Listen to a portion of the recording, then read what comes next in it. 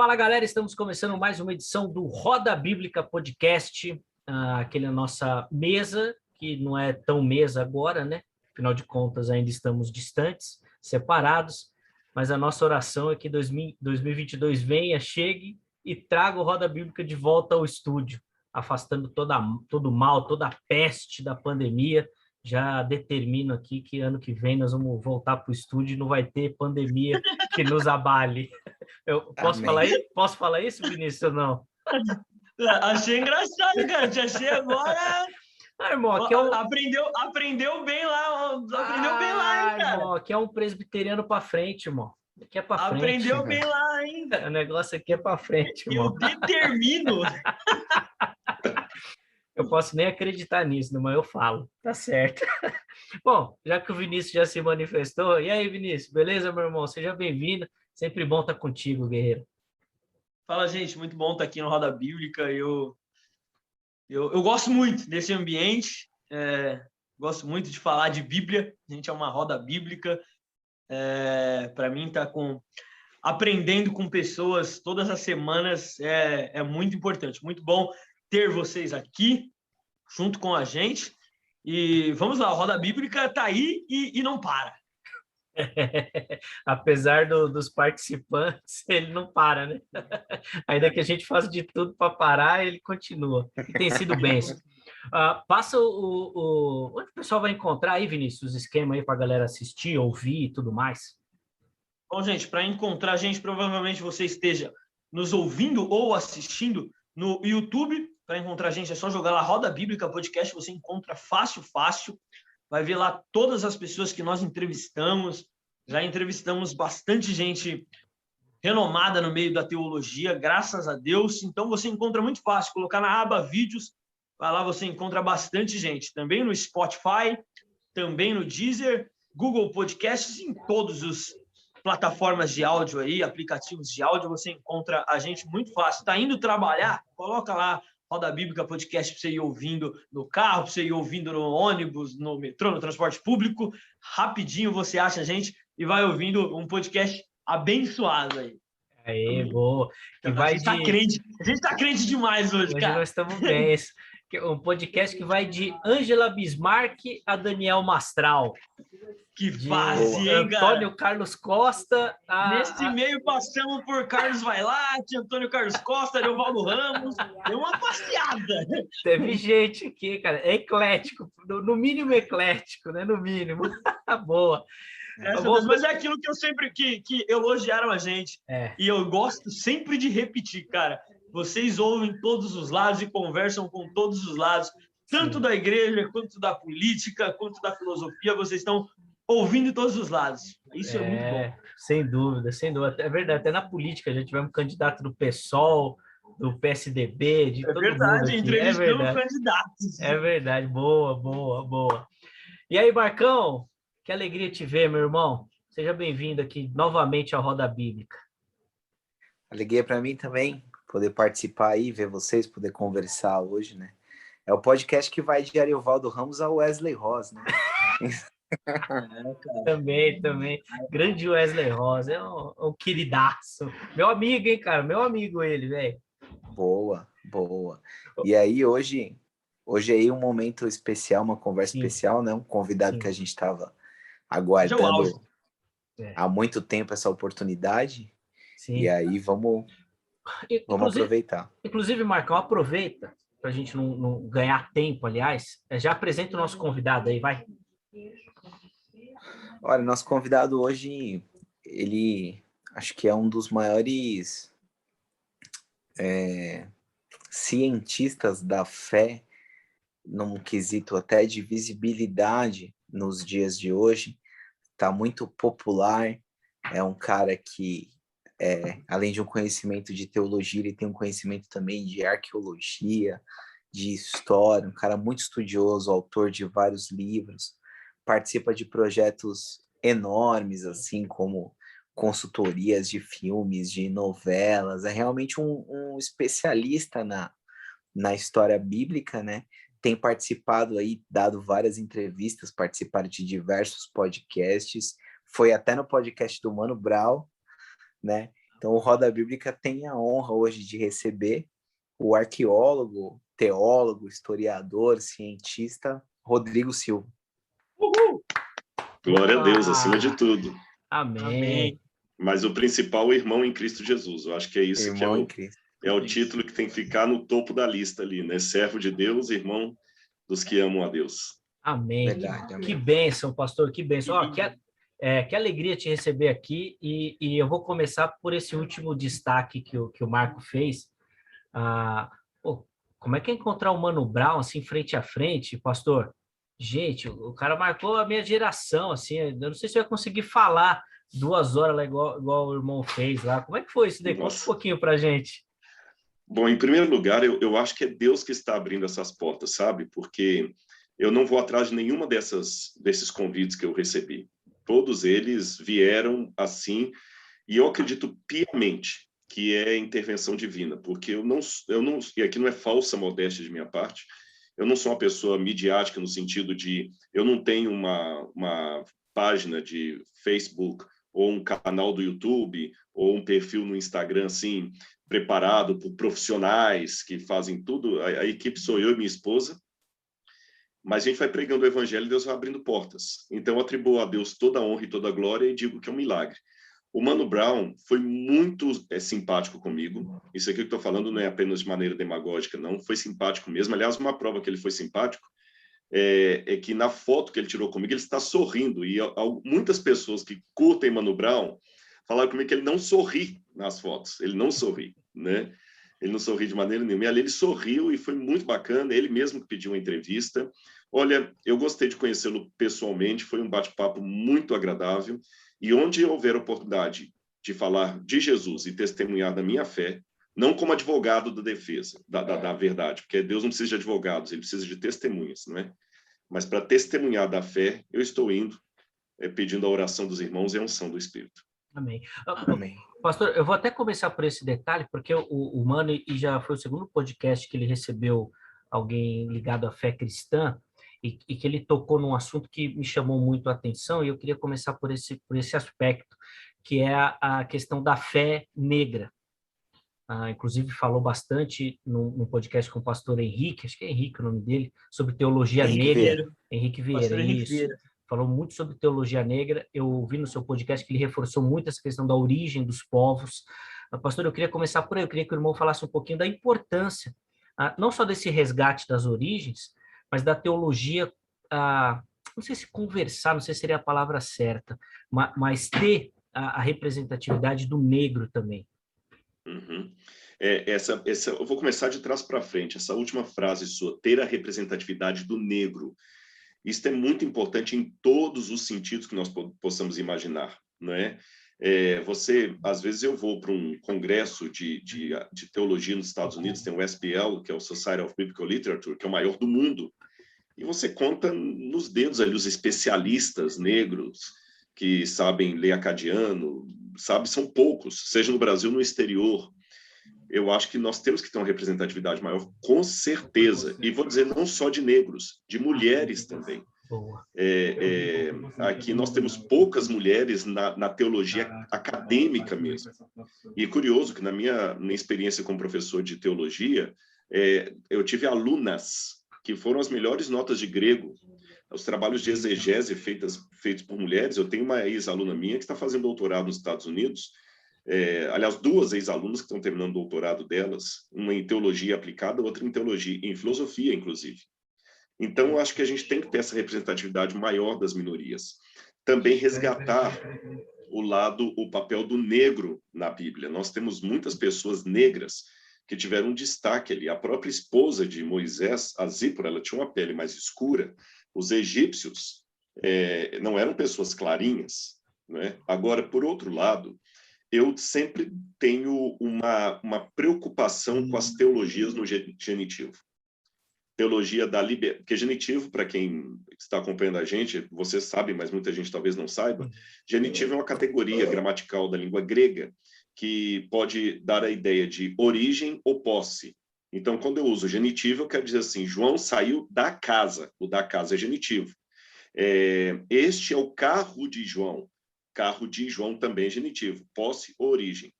Então, quando eu me refiro a teologias no genitivo, eu falo de teologias como teologia da libertação, teologia a partir da mulher, teologia a partir do negro, teologia... Aí eu já começo a ficar um pouco preocupado, porque a teologia tem que ser a partir de Deus. Se eu construo uma teologia a partir da terra, eu estou criando uma antropoteologia, sabe? É humanismo teológico. Isso é muito perigoso. Então, em que pese a necessidade de colocarmos na mesa a discussão do papel do negro na sociedade, na igreja, da mulher, do índio, e de outros grupos segregados, o judeu, que também sofre muito antissemitismo por parte de muitos cristãos, eu acho que é importante nós discutirmos isso, mas nós não podemos setorizar o discurso agora olhando tudo sob aquela ótica ali, senão você vai acabar fazendo uma Bíblia, por incrível que pareça, uma Bíblia segregacionista. Se agora a Bíblia, eu só leio a Bíblia a partir da mulher, e eu esqueci a fundamentação do Evangelho, que é justamente em Cristo Jesus não há mulher, não há homem, não há escravo, não há senhor. Então, eu tenho minha preocupação com essa setorização excessiva da Bíblia a partir das teologias no genitivo. É verdade, verdade. Inclusive, a coisa da mulher falta mesmo as mulheres teólogas, as mulheres especialistas em teologia, né? A gente acabou vendo isso, o irmão do Zeca é teólogo também, e a gente foi assistir a defesa dele do TCC, né? E ele usou muito a Durvalina como fundamentação teórica, que o TCC dele era sobre missões, né? E aí a gente chegou a conversar sobre isso, falou, pô, tem pouca teóloga mulher e escritora, né, e tudo mais, né? Então realmente é legal incentivar. A gente citou aqui a FAD. Quando a gente trouxe a FAD, a gente falou assim, aqui a teóloga FAD, que soa estranho até a palavra. A teóloga soa muito estranho para a gente, assim, como assim teóloga? Verdade. Professor, eu queria te fazer uma pergunta. Um dos seus livros ele é a fim de combater o ceticismo, né? Ou de dar uma resposta para o ceticismo, né? Eu vejo que é um movimento que cresce, né? De pessoas que não acreditam assim em nada, né? Ou dizem não acreditar. E acho que ainda por parte de alguns existe aquele preconceito de achar que quem talvez tenha uma fé ou quem acredite em Deus é uma pessoa de limitação intelectual, uma pessoa burra. E muitas vezes os que dizem isso também dizem fundamentado em argumentos muito rasos, assim, não foram procurar história, não foram pesquisar, né? Eu até estava conversando com o Zeca antes de começar, de uma pessoa que se perdeu um pouco na forma de pensar, e aí eu disse que agora essa pessoa está cultuando a própria intelectualidade dela, porque ela começou a pensar umas coisas que nem tem tanta fundamentação, mas o cara vai ali no pensamento dele, né? Então eu queria que você falasse um pouquinho sobre isso, assim. Bom, eu vou pegar como parâmetro, Marco, para responder a sua pergunta, a história de Daniel em Babilônia. Eu estou preparando uma série de programas sobre o livro de Daniel. Eu já gravei a metade desses programas já, mas só vão ao ar lá para o ano que vem. E eu aprofundei bastante na cultura da Babilônia, de Daniel, para entender o ambiente de Daniel. Quando Daniel foi para a Babilônia, Daniel deveria ser um adolescente. E ele foi preparado, aculturado na Babilônia. Aquele negócio do rei do chefe dos eunucos mudar o nome deles tinha um significado muito profundo. Você vê que Jacó, quando lutou com Deus, ele teve o nome mudado para Israel. Abraão teve o nome mudado para Abraão. Sarai para Sara. Então, mudar o nome é mudar de identidade mesmo, porque o nome na cultura do Antigo Oriente Médio é a identidade, a essência da pessoa. Por isso que é um mandamento bem claro lá no Decálogo que a gente não deve tomar o nome de Deus em vão, porque desrespeitar o nome de Deus é desrespeitar a essência de Deus. Uma expressão idiomática do hebraico bíblico é apagar o nome, que significa matar a pessoa para sempre. Né? Então, quando você vê Daniel tendo o nome dele trocado, ele e os seus amigos, aquilo foi muito mais sério do que agora eu começar a chamar o Eliezer de Zeca, por exemplo, que é um apelido carinhoso que nós temos aqui, você entendeu? É muito mais forte do que isso. Além disso, Daniel teve que se preparar durante 3 anos na Universidade da Babilônia. Pouca gente faz essa pergunta, mas eu vou revelar aqui de antemão no podcast, dando um spoiler do programa. Alguém sabe o currículo que Daniel teve que estudar? Porque ele estava contado entre os magos da Babilônia. Daniel teve que estudar línguas, ele teve que estudar pelo menos o acadiano, o sumério, ele teve que estudar a forma de escrever cuneiforme e a forma de escrever aramaica. O nome caldeu, que aparece em Daniel, vem do sumério caldu, que quer dizer mago, astrólogo. Daniel teve que estudar matérias que eram completamente antagônicas ao que ele acreditava como judeu, porque Deus proibiu a astrologia. Deus falou, não haverá no meio de vocês quem estude os astros. E Daniel teve que estudar os astros. Ele teve que estudar astrologia. Daniel teve que estudar exorcismo à luz da cultura babilônica. Então, você vê que, por um lado, Daniel foi exposto à cultura secular. Mas o que fez Daniel ter a convicção de não ceder àquela cultura popular? Veja bem, o cristão não precisa necessariamente evitar aprender aquilo. Tem uma frase do Daniel Wallace, que é um teólogo que eu respeito demais, ele é especialista em crítica textual do Novo Testamento. Daniel Wallace, um dos maiores do mundo. E Daniel Wallace fala o seguinte, ele é conservador, tá? Por muito tempo, a igreja ficou preocupada em isolar os jovens em relação ao mundo, ao invés ela ficou preocupada em exatamente isolar os jovens, ao invés de protegê-los. Aí tem um trocadilho em inglês, insulate. Em português seria mais ou menos o seguinte, a igreja se preocupou muito em isolar o jovem do mundo, ao invés de protegê-lo do mundo. Tá certo?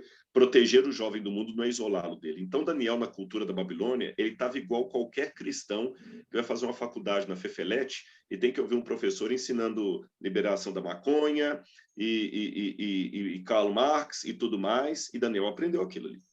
Mas Daniel não cedeu. Quando houve a aprovação da fornalha ardente, Daniel não estava presente, mas os 3 companheiros dele não se inclinaram diante da imagem de Nabucodonosor. E quando Daniel foi acusado porque ele tinha que adorar a Deus, ele orou a Deus do mesmo jeito e foi para a cova dos leões. Agora, olha o contraste, Jeconias, ou Joaquim. Jeconias cedeu ao governo da Babilônia. Cedeu. Tanto é que é bem provável que quando Nabucodonosor ergueu a imagem, Jeconias foi, segundo o livro de Jeremias, ele foi para a Babilônia. Se Jeconias estava na Babilônia, junto com os governadores de todas as províncias da Babilônia, o de Jerusalém também tinha que estar lá. Se o nome dele não é mencionado, diferente de Daniel, eu acho que não é porque não estava ali, é porque ele cedeu. Qual a diferença entre o rei de Judá e Daniel? O rei de Judá não sabia quem ele era teologicamente e espiritualmente. Daniel sabia.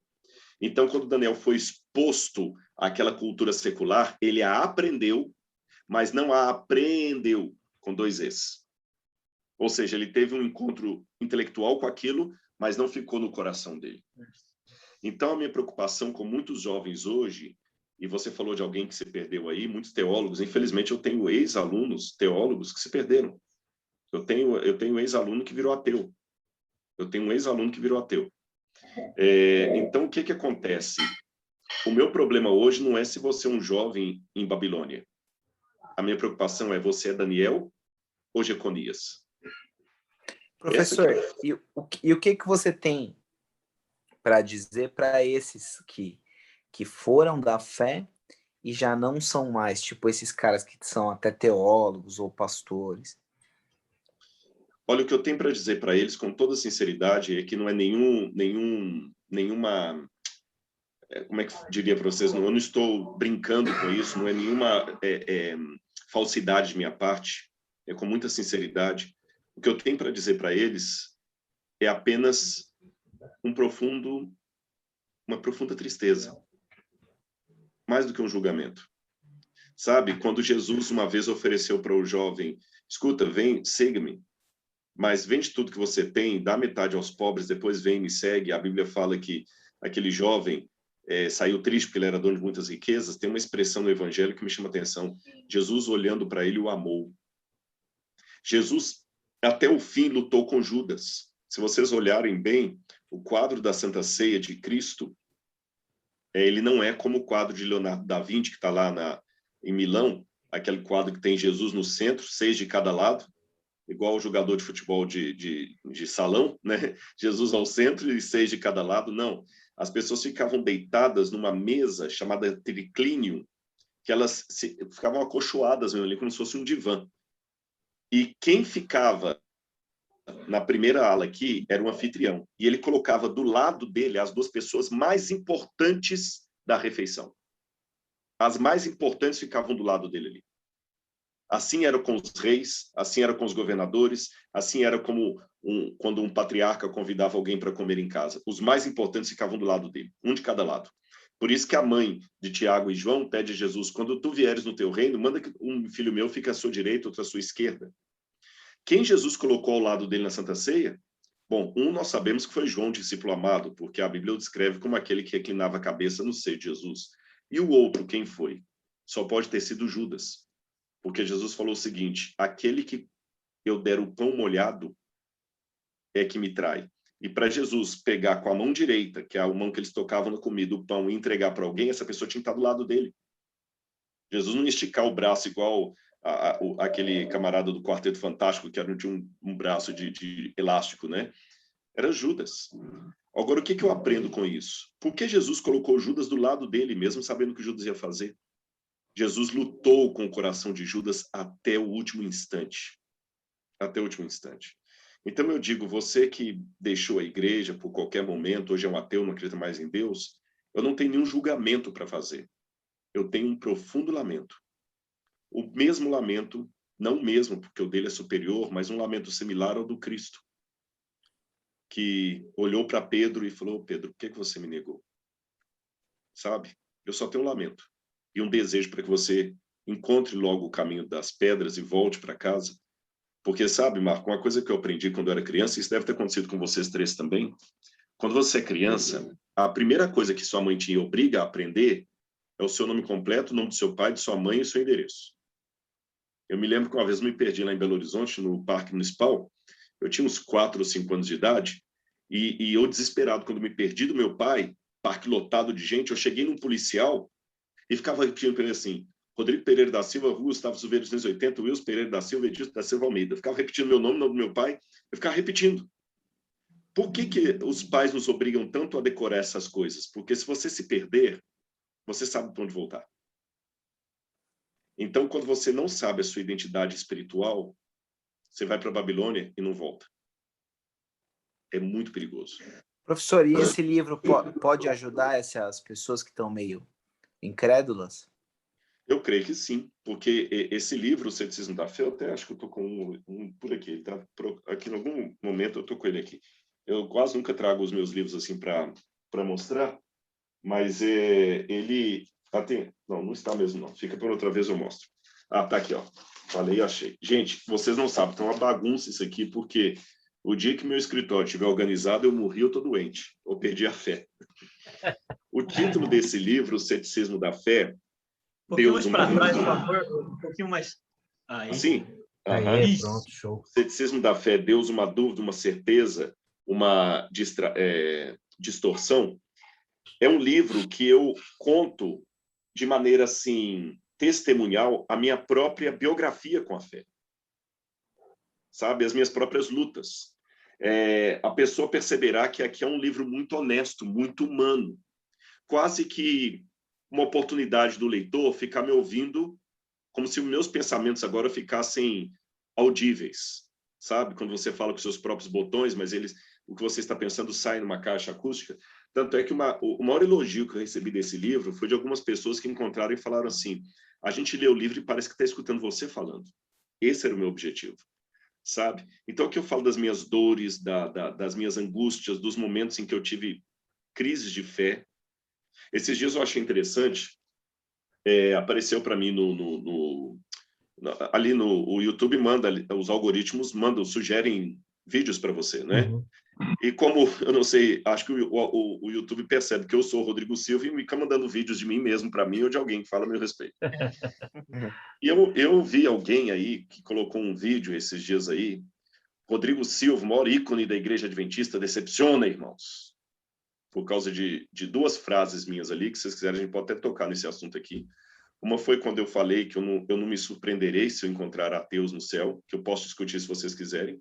E a outra frase foi porque eu admiti o momento em que eu tive uma depressão profunda e quase dei cabo na minha vida. E eu comecei a ver ali, depois parei, não assisti até o final, não assisti uns 5 minutinhos, o sujeito do vídeo lá falando assim, mas isso é porque o Rodrigo não tinha... Eu me surpreendi, porque o Rodrigo no Jô Soares demonstrava uma fé inabalável. Inabalável. Quem ouvia ele falar de Jesus para o Jô Soares, esse camarada é inabalável. Agora que eu vi que o Rodrigo quase perdeu a fé, onde é que estava aquela fé dele? É para vocês aprenderem que a gente não pode acreditar nas pessoas, que a gente não conhece as pessoas. E eu fiquei ouvindo pouco, 5 ou 10 minutos que eu ouvi daquele, eu pensei, meu irmão, com todo respeito, primeiro, você não estava comigo na minha dor, você não sabe pelo que eu passei. E outra, se você agora desacredita de tudo que eu falei porque eu admiti a minha depressão, o que eu faço com Elias? O que eu faço com Elias? Que num dia estava lá enfrentando os 400 profetas de Baal, pedindo para descer fogo do céu, e o fogo veio, e no outro dia fugiu de Acabe, de Jezabel, ainda pediu a morte, não queria comer, foi parar lá no Horebe, com depressão, fraco, duvidando, e aí? O que eu faço com Elias? Você está entendendo? Então, quer dizer que Elias também não tinha o poder do Espírito Santo? Será que aquilo tudo era só fantoche? Então, sabe, algumas pessoas passam a ideia de que o crente é o impávido colosso do hino nacional, que o crente não pode ter depressão, que o crente não pode ter angústia, que o crente não pode ter dúvida. Então, é um ledo engano achar que quem tem fé não duvida, porque se quem tem fé não pode fazer perguntas, o que eu faço com o Cristo que terminou o ministério dele dizendo, Deus meu, por que me desamparaste? E, por favor, não diga que aquilo foi só um recitar do Salmo. Não, para mim foi mais do que recitar de um Salmo. A alma dele estava ali desarmando na cruz. Ele estava clamando ao Pai. Não estava recitando com frequência modular passagens da Bíblia para o pessoal ficar anotando, não. O pastor, já que o senhor falou aí da frase, vamos tentar explicar essa frase sobre os ateus, mas também sobre as pessoas das outras religiões, que professam outras fés, assim, e acreditam em, entre aspas, outros deuses. Essas pessoas vão para o céu? Essas pessoas vão encontrar? Se puder explicar biblicamente. Vou sim. Ô Vinícius, eu agradeço muito você ter feito essas duas perguntas assim no mesmo pacote, porque para mim uma está diretamente linkada à outra, tá bom? A questão a mesma pergunta, o mesmo assombro que alguém pode ter, porque eu digo que eu estou preparado para encontrar um ateu no céu, é o mesmo assombro que com a mesma leitura, com a mesma metodologia de interpretação bíblica, pode alguém ter também do assombro de encontrar no céu um idólatra. Tá certo? É o mesmo assombro, não tem como pôr nem tirar, porque eu vou partir do pressuposto daqueles que acham que eu falei uma heresia, que eu cometi um tiro no pé teológico, que não podia esperar uma coisa dessa de mim. Bom, de fato a Bíblia fala, quem crer e for batizado será salvo, quem não crer será batizado, tá certo? Isso está no Evangelho de Marcos. Será condenado. Está condenado. No Evangelho de Marcos também fala, né? A todos quantos o receberam, deu-lhes o poder de serem feitos filhos de Deus. Então, esses textos, para mim, são muito claros, numa leitura rápida, em aparentemente dizer que quem só vai entrar para o céu são cristãos. Tá certo? Se for para fazer uma leitura assim, literal do texto, sem nenhum tipo de interpretação, a leitura literal é quem vai entrar para o céu são apenas cristãos batizados. Mas aí eu começo a fazer o desmembramento. Tá bom, mas batizados em que batismo? No batismo presbiteriano ou no batismo batista? No batismo por aspersão ou no batismo por imersão? Que a Bíblia também diz só uma só fé, um só Senhor, um só batismo. Então, quem são os batizados aí? Já não ficou bom para vocês, Zeca. Não, mas Começou. aí já começa a complicar. Qual que é o batismo válido? Qual que é o batismo válido? Outro problema. O que eu faço com o ladrão na cruz que foi salvo sem ser batizado? O que eu faço com o ladrão na cruz que foi salvo sem ser batizado? Não é? Outro problema.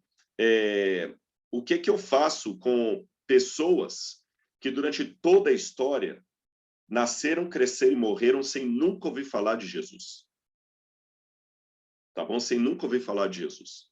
Então, peraí, a gente tem que ampliar isso aí um pouco. Como é que eu posso ampliar isto sem perder a fundamentação bíblica? Porque eu não posso pegar esses versículos também que eu acabei de citar e lançá-los na lixeira. Então, eu vou dar uma sugestão hermenêutica para os irmãos entenderem como é que eu ajo diante dessas passagens.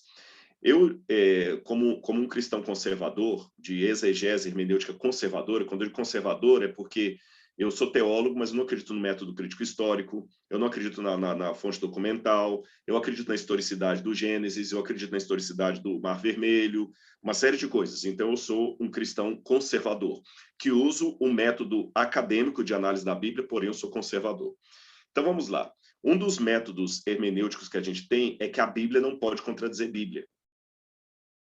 Então, quando eu tenho um grupo de passagens que me diz uma coisa e outro grupo de passagens que diz outra, eu não posso fazer uma exegese que eu só pego aqueles textos ignorando os outros. Senão, apenas para dar um exemplo do meu método, eu vou chegar à conclusão que Jesus era Deus ou, como as testemunhas de Jeová, que ele não era Deus.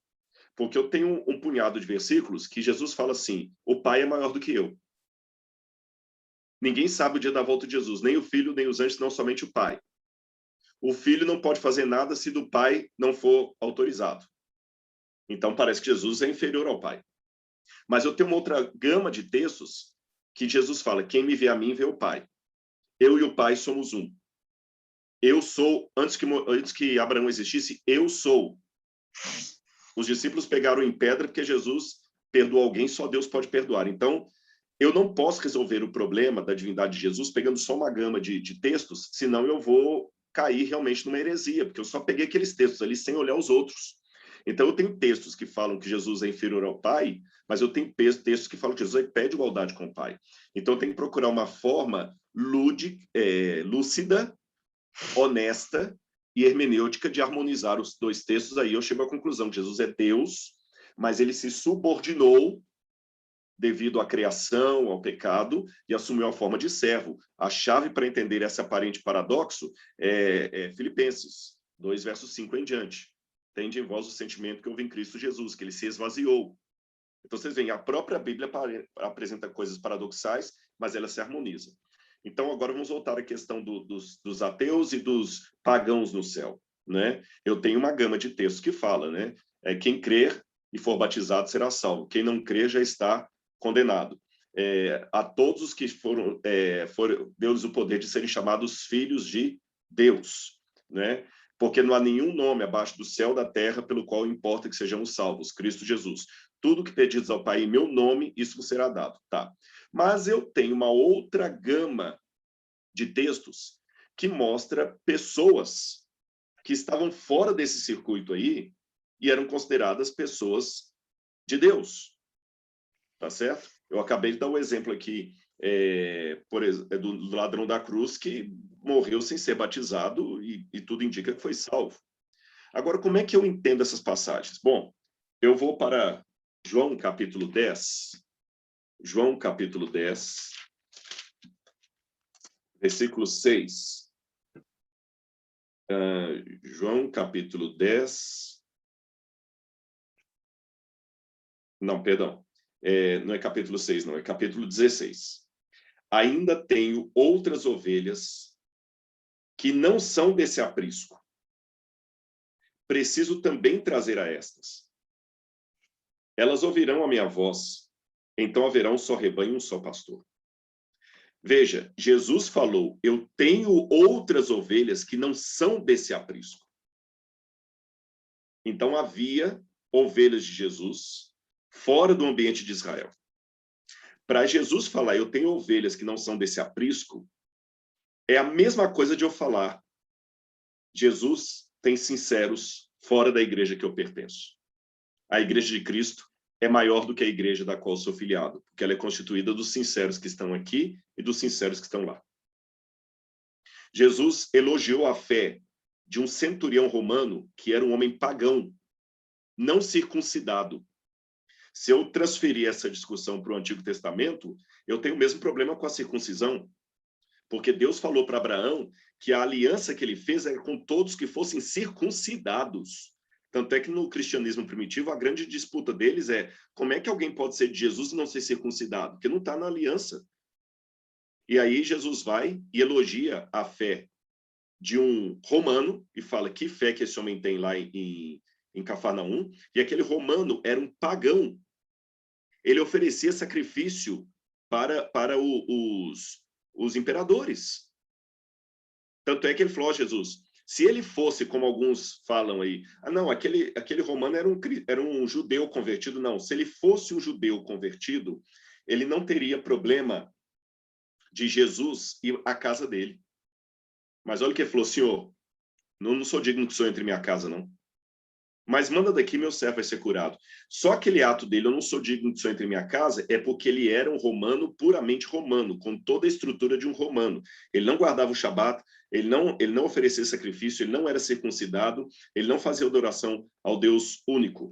Ele era, teologicamente falando, o inverso do que o judeu queria.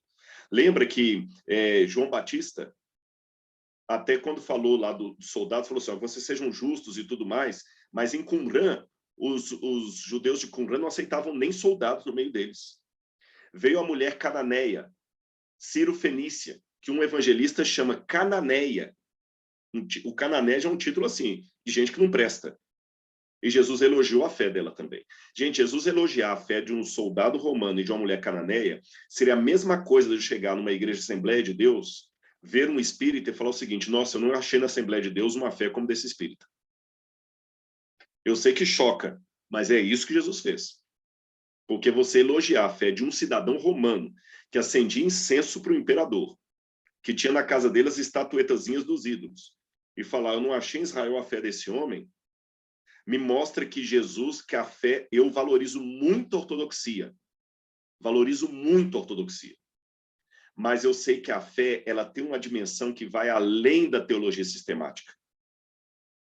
Tá certo? Vai além da teologia sistemática. Aí eu vou em Paulo, e Paulo também complementa esse ensino de Jesus, e eu quero só citar Paulo e mais um texto aqui.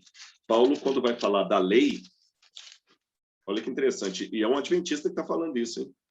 É um adventista, lembra? A gente tem aquela questão com a lei. Olha o que Paulo fala da lei. Ele fala que aqueles que sem lei pecaram, eles se fizeram de lei para si mesmos. Paulo fala, eles fizeram de leis para si mesmos. Então, tem pessoas que nem conheceram a mensagem. E, por fim, na interpretação escatológica que eu tenho, que não é só minha, essa interpretação é encontrada também em Adam Clarke, em Matthew Henry, e vários estudiosos evangélicos e protestantes do século XIX, início do século XX, Apocalipse, capítulo 17 e 18, quando fala da grande Babilônia, e fala assim, caiu a grande Babilônia, sai dela, povo meu. A Babilônia é justamente a confusão religiosa. E olha o anúncio do anjo do Apocalipse. Sai dela, povo meu. O que eu aprendo? Tem povo de Deus na Babilônia. Então, Marcos, Vinícius e Zeca, eu sou muito convicto doutrinariamente daquilo que eu acredito. Eu não sou pela metade. Se vocês quiserem perguntar qual a minha opinião sobre batismo, eu vou dar para vocês qual a minha opinião sobre batismo. Se vocês perguntarem para mim qual a minha opinião sobre o dia de guarda, eu vou dar e vocês já sabem muitas das minhas respostas. Agora, se você perguntar, tá, e quem discorda de você? Bom, isso é entre ele e Deus. O céu que eu creio tem espaço para ele. Porque Jesus, muitas vezes, vai julgar a pessoa pela sinceridade que ele tem diante daquilo que ele acredita. Quem sou eu para julgar? Então, o ateu é a mesma coisa. Quem fala aí essa coisa sobre o ateu nunca conviveu com um ateu. Nunca conviveu com um ateu. Porque se convivesse com ateus como eu convivi, você vai ver que muitos ateus, às vezes, eles não são aqueles ateus xiitas que estão cuspindo em Deus, vilipendiando Deus. São pessoas machucadas. Às vezes tem gente que... Eu conheci um pastor batista em São Paulo que faz um trabalho maravilhoso só com travestis.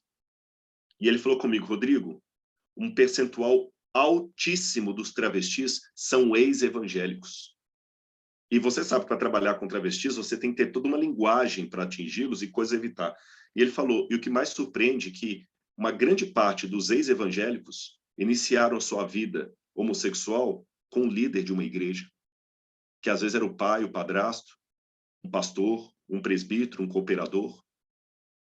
Então, meus irmãos, eu não estou dizendo que os traumas justificam os pecados, mas eles não me dão autoridade para julgar ninguém. Ninguém. O trigo tem que crescer junto com o joio. E a característica do trigo é que ele nunca sabe quem é o joio, até que a vindima aconteça. Então, hoje eu prego, tenho convicção, mas o céu que eu estou aberto tem pessoas de todo lado. Porque senão, só para terminar aqui, para a resposta não ficar muito comprida, eu tenho a convicção da guarda do sábado. Mas se eu não tiver esse pensamento que eu estou explorando para vocês aqui, como é que eu posso, sinceramente, pedir ao Zeca para fazer uma oração que a gente fez aqui antes de começar o podcast? Se eu não tiver esse pensamento aqui, o que eu faço com irmãos sinceros e piedosos que não entenderam que tem que guardar o sábado e oram por mim? O que eu faço com eles? Vocês estão entendendo? Sim. Então, eu tenho a minha convicção doutrinária, mas ela não é um muro de separação entre mim e o de fora. Não é. Porque lá no meio dos moabitas, pode ter uma Ruth, que se não fosse a revelação do evangelho, eu nunca ia parar para perceber isso. Lá no meio dos pagãos da Babilônia, tinha um Arioque, chefe da guarda, e um Meusar, chefe dos eunucos da cozinha, que ajudou Daniel. E eu nunca saberia dessas figuras. Se não fosse a revelação, eu nunca saberia que Naamã, mesmo prostrando diante dos ídolos lá na Síria, tinha se convertido ao Deus de Israel depois de ter sido curado por lepra aqui, e o profeta falou, não, vai para lá, continua adorando os deuses, não tem problema não. Ele falou, mas quando o meu senhor se inclinar, inclina junto, não tem problema não. E aí, o que eu faço? Vocês entenderam? E a mesma coisa o ateu. Eu não sei por que ele é ateu, às vezes ele não é um ateu convicto, ele é uma pessoa machucada. E o Espírito Santo vai conseguir, de alguma forma, que eu não sei explicar como, talvez no último segundo de vida dele, chegar lá no coração daquele ateu e tocar de tal maneira que, de repente, ele vai, no último segundo de vida dele, entregar o coração a Cristo.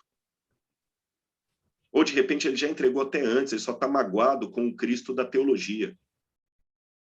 E ele fala assim, eu não quero saber desse Cristo da teologia, eu não quero saber desse Cristo da igreja, eu tenho trauma dele. Sabe que quem tem burnout, a pessoa, quando adquire burnout, ele tem tanta crise que se ele vê o logo da empresa dele, ele começa a passar mal. Se ele vira o logo da empresa. Tem pessoas que têm burnout de teologia. Então, às vezes, a rejeição que ele tem a Deus e ao Cristo é uma rejeição de um burnout espiritual.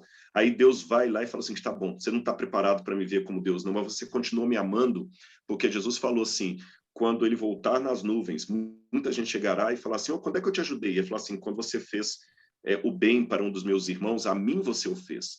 Então, às vezes, que a pessoa assim, ele está com ojeriza da igreja, dos pastores, dos crentes, por uma série de questões que eu posso discordar, mas eu não posso julgá-lo. Mas ele continua amando o Cristo através do pobre, através do bem que ele faz. E Rodrigo, uma das possibilidades de interpretação desse texto, de quem fala quando eu te ajudei, a gente não estaria cometendo uma heresia de falar que uma das possibilidades seriam pessoas de outras religiões. Com certeza absoluta. Com certeza absoluta. Então, até porque o lado oposto é justamente esses que conhecem, né? Eu conhecia você. Exatamente. Não, pior. Tem gente que vai chegar e falar assim, eu expulsei demônios. Exatamente. Curas em teu nome. E ele fala, apartai de mim, maldito, eu não os conheço. Então, você tem um grupo de pessoas lá no Apocalipse capítulo 5, no capítulo 6, melhor, lá nos selos, que fala o seguinte, caí sobre nós e escondei-nos da face daquele que se assenta no trono. E tem um outro grupo que, de maneira arrogante, fala, peraí, mas eu te conheço. Eu fiz coisas. Então, meus irmãos, eu vou contar para vocês uma coisa. Se essa é a minha heresia, ter um céu aberto para as pessoas que discordam de mim, então eu aceito a fogueira da Inquisição, podem me chamar de herege, vocês estão entendendo? mas eu sou um adventista muito convicto. Eu não tenho dúvida de nenhuma das 28 crenças fundamentais da Igreja Adventista. Nenhuma. Mas, na minha convicção, vocês estarão lá no mesmo céu que eu, desde que vocês entreguem a vida a Jesus como seu salvador pessoal. E o ateu? Quem diz que ele não entregou a vida? Às vezes ele entregou, mas ele não entregou nominalmente. Porque, às vezes, o nome Jesus, para mim, é uma coisa, mas para quem foi violentado, às vezes, por um pai crente, gente, o pessoal parece que não sabe. O número de pessoas que estão machucadas pela instituição religiosa é muito grande. E alguns a gente consegue alcançar, mas outros chegaram a tal estágio de burnout espiritual que o logo da igreja causa tanta coisa nele. Então Deus fala, filho, tudo bem, tá, continua aí.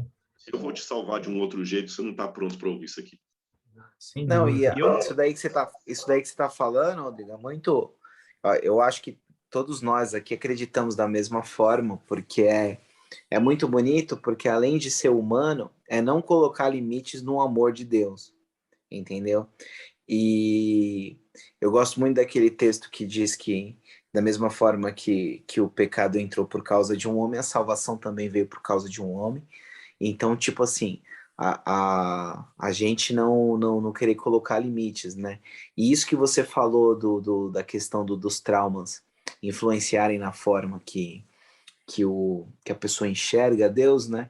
Eu costumo falar em forma de brincadeira, que assim, não em forma de brincadeira é o que eu vou dizer, mas é um discurso que parece engraçado, mas, por exemplo, a minha geração, que é a geração dos anos 90, é a geração que o pai saiu para comprar cigarro e não voltou mais, né? Então, um monte de gente tem essa coisa dos filhos que foi criados pela mãe e tal. Aí eu falo brincando assim, que quando Jesus vem e fala que Deus é pai, para o cara que foi abandonado pelo pai, ele não vai criar uma imagem boa na cabeça dele. Exatamente. Por causa que ele tem um problema com a figura paterna. Aí eu falo brincando com a minha mãe, eu falo, para mim é muito mais interessante se Jesus falasse que Deus era a mãe. Com certeza. Porque, boa. Né? Sim. Não, e eu vou falar duas coisas aqui nesse sentido. Em primeiro lugar, quando eu falo dos traumas, igual esse sujeito falou lá, porque pelo discurso dele, ele entendia que um cristão não pode ter traumas, o cristão não pode ter depressão, que o cristão de fervor, o Rodrigo enfrentou o Jô Soares, nunca tem quedas na fé, né? Olha, meus irmãos, nem tudo Deus cura. E o espinho na carne de Paulo, que continuou com ele até o fim. Ele falou, um instrumento de Satanás que está sobre mim, que Deus não curou, simplesmente. Então, assim, para até deixar isso de maneira mais redonda, quando alguém me perguntou o seguinte, Rodrigo, mas você acha mesmo que você pode encontrar um ateu no céu? Eu respondo de volta, você acha que pode encontrar um idólatra no céu? Porque se alguém pode ser salvo lá, sem ter conhecido Jesus no meio dos índios, ele morreu, mas ele vai ressuscitar. Qual foi a experiência religiosa que ele teve? Foi de idolatria. Porque até onde eu saiba pela Bíblia, o que é idolatria? Adorar outros deuses diante de Deus e adorar imagens, essa coisa toda. Correto? Então você pega lá no meio dos astecas, um índio que viveu, cresceu e morreu no meio dos astecas. Nunca teve contato com um missionário. Ele só ouvia falar daqueles deuses lá de Teotihuacan, aqueles nomes complicados em asteca lá, né? Sacrifício humano.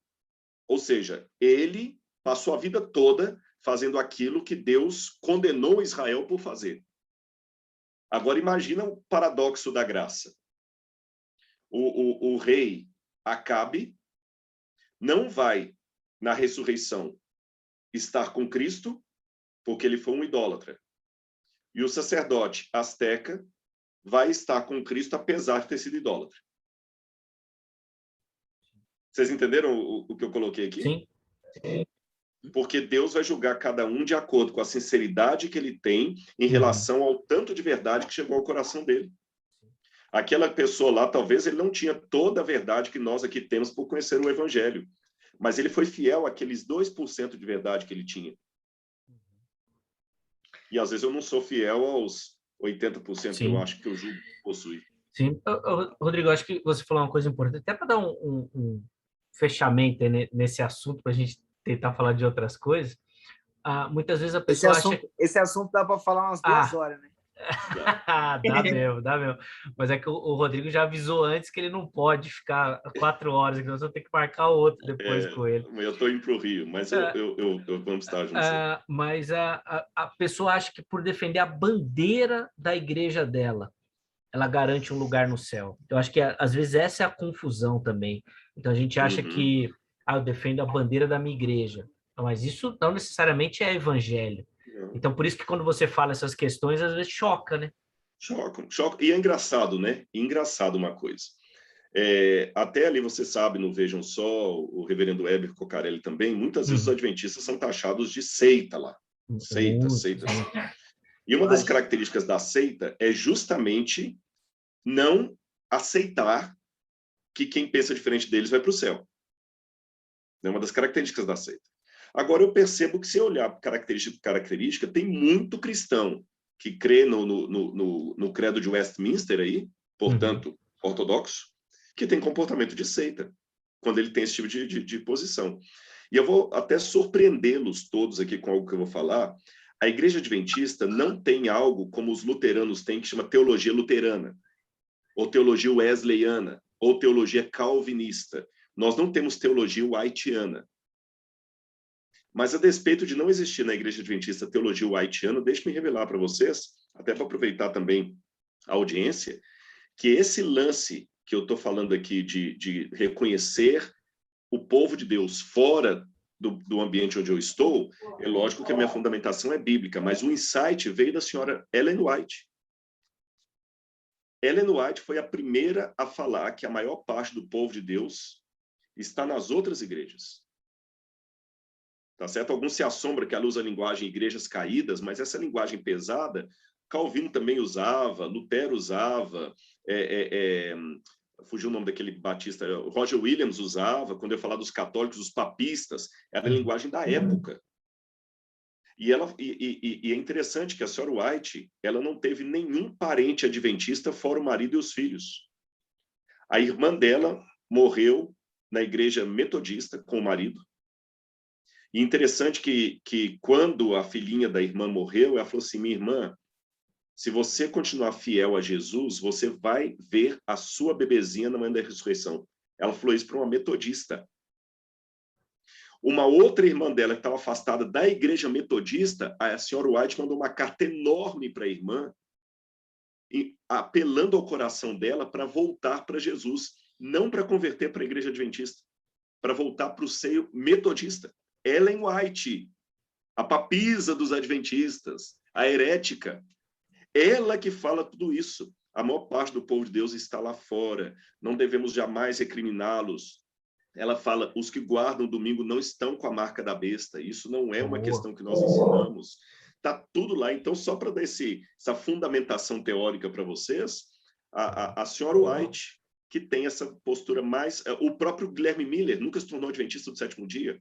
E ela falou assim, Deus me mostrou que tem um anjo cuidando do túmulo de Miller, um homem de Deus, sabe? E assim vai por diante. O que ela fala da reforma protestante ali, então eu acho que a gente tem que, fechando aqui com chave de ouro, citar uma frase do John Milton, o autor de Paraíso Perdido, que Ellen White até cita a frase dele também, que John Milton diz assim no Paraíso Perdido: no céu nós vamos ter 3 surpresas.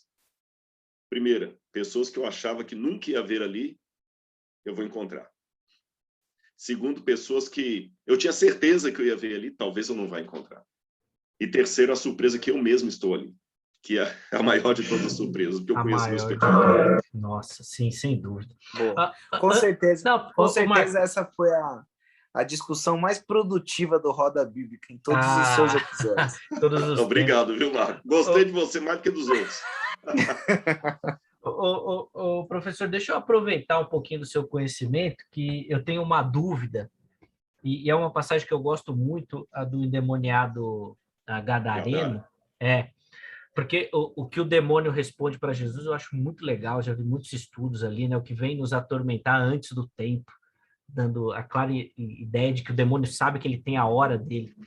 Mas me intriga uma questão ali, por que eles criavam porcos, pastor? Não era um animal impuro ou Boa pergunta. não E aceito? provavelmente nem eram porcos, eram javalis, um tipo de porco selvagem. Olha só. Era um javali. Agora, eu vou mostrar para você aqui, eu não sei se o mapa vai ficar bem aí, se está espelhando, isso aqui é o mapa de Israel. Uhum. Aqui em cima você tem o Mar da Galileia, aqui embaixo o Mar Morto, tá bom? Então aqui o Mar da Galileia, onde fica a região da Galileia. Eu só vou pedir assim paciência ao pessoal de casa, que ele vai aparecer espelhado para vocês, né? Do lado de cá do Mar da Galileia ficava Gadara. E esse lugar onde eu estou apontando aqui é onde ficava Decápolis. O que era Decápolis? Eram 10 cidades de maioria greco-romana, cidades pagãs, que os judeus piedosos até evitavam ir. Os judeus só ficavam do lado de cá, nas cidades de Magdala, Cafarnaum, Corazim, Betsaida, nas cidades do lado de cá. A única cidade de cá que os judeus evitavam era a cidade de Cesareia, de Tiberíades, a cidade de Tiberíades.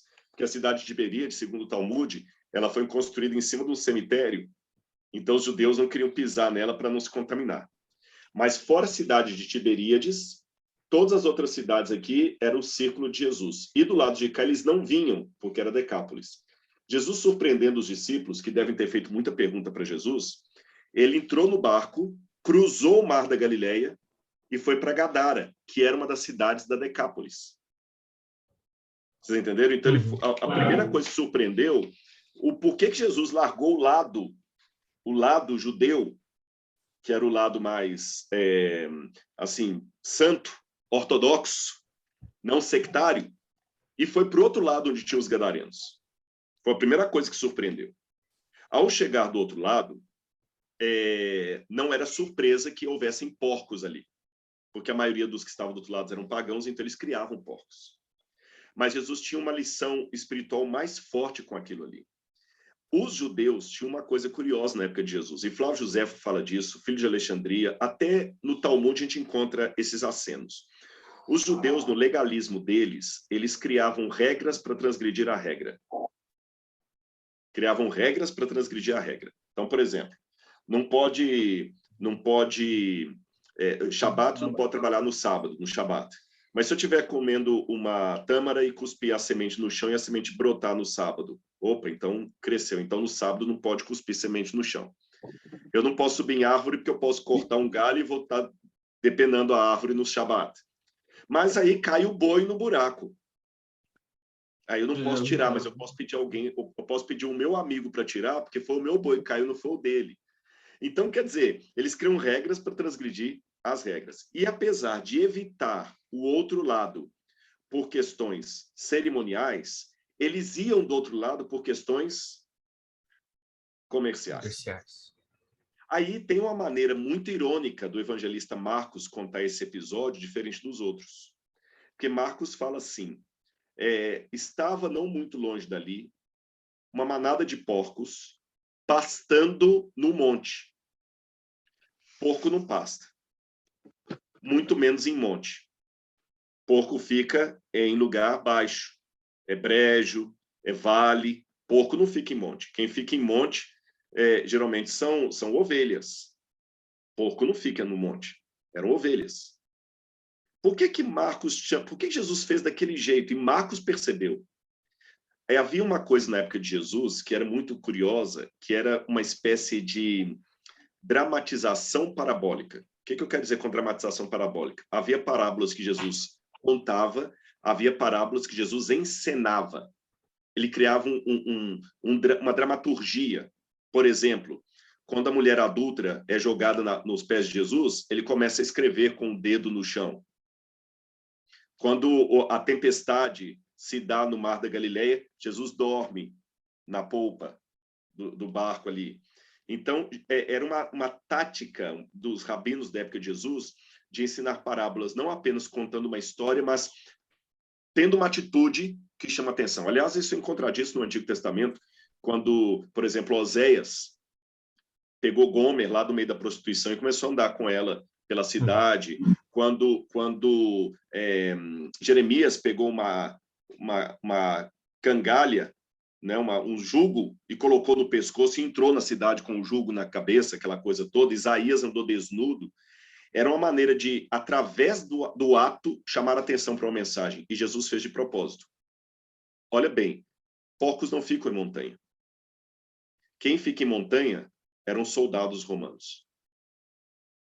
Tanto é que o demônio, quando Jesus fala assim, qual é o teu nome? Ele fala legião. Legião. E a legião que cuidava de ali, como se diz assim, atacar os judeus, vigiar os judeus, era a 10ª Legião Fretenses, que foi a mesma que destruiu Jerusalém no ano 70. E sabem qual que era o símbolo da 10ª Legião Fretenses? Era um javali, um porco e um barco, porque eles eram legionários do mar. Aí os porcos, que se chamam legião, e legião é o nome dos legionários romanos, vão para o mar. Aquilo aconteceu de verdade. Para mim, não, quando eu falo ato parabólico, eu não estou dizendo que não foi histórico. Aquilo aconteceu. Como a mulher apanhada em adultério aconteceu. Só que o fato de Jesus escrever no chão tinha um sentido de parábola. Vocês entenderam isso, né? Sim. Jesus, de fato, foi lá, teve o episódio, ele tirou o demônio do menino e permitiu que eles fossem para os porcos caíram. Mas vamos fazer uma pergunta. Por que Jesus atendeu os demônios? Aliás, tem até um paradoxo aí, né? Porque o jovem que crê em Jesus pede assim, Senhor, deixe-me te seguir. Ele falou, não, você vai ficar aqui. Mas os demônios que pedem, manda para o porco, ele atendeu. Né? O povo que pede, vai embora daqui, ele atendeu. O menino que ele curou, ele não atendeu.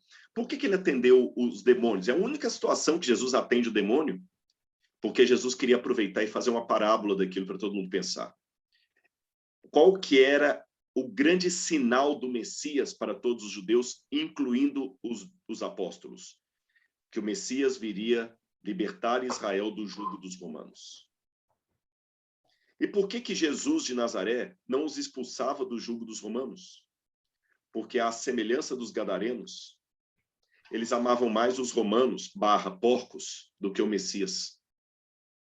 Porque, veja, os gadarenos amavam mais os porcos, ficaram mais preocupados com o prejuízo que eles estavam do que com o milagre que aconteceu. Por isso que eles pediram Jesus para ir embora, por causa do prejuízo causado. Os judeus estavam fazendo a mesma coisa. Eles estavam rejeitando Jesus por causa do prejuízo que a mensagem de Jesus fazia. Então, Jesus não expulsava os romanos do país porque lhe faltava poder. Ele tinha poder para expulsar os demônios do país, como ele tinha poder para expulsar os demônios do menino.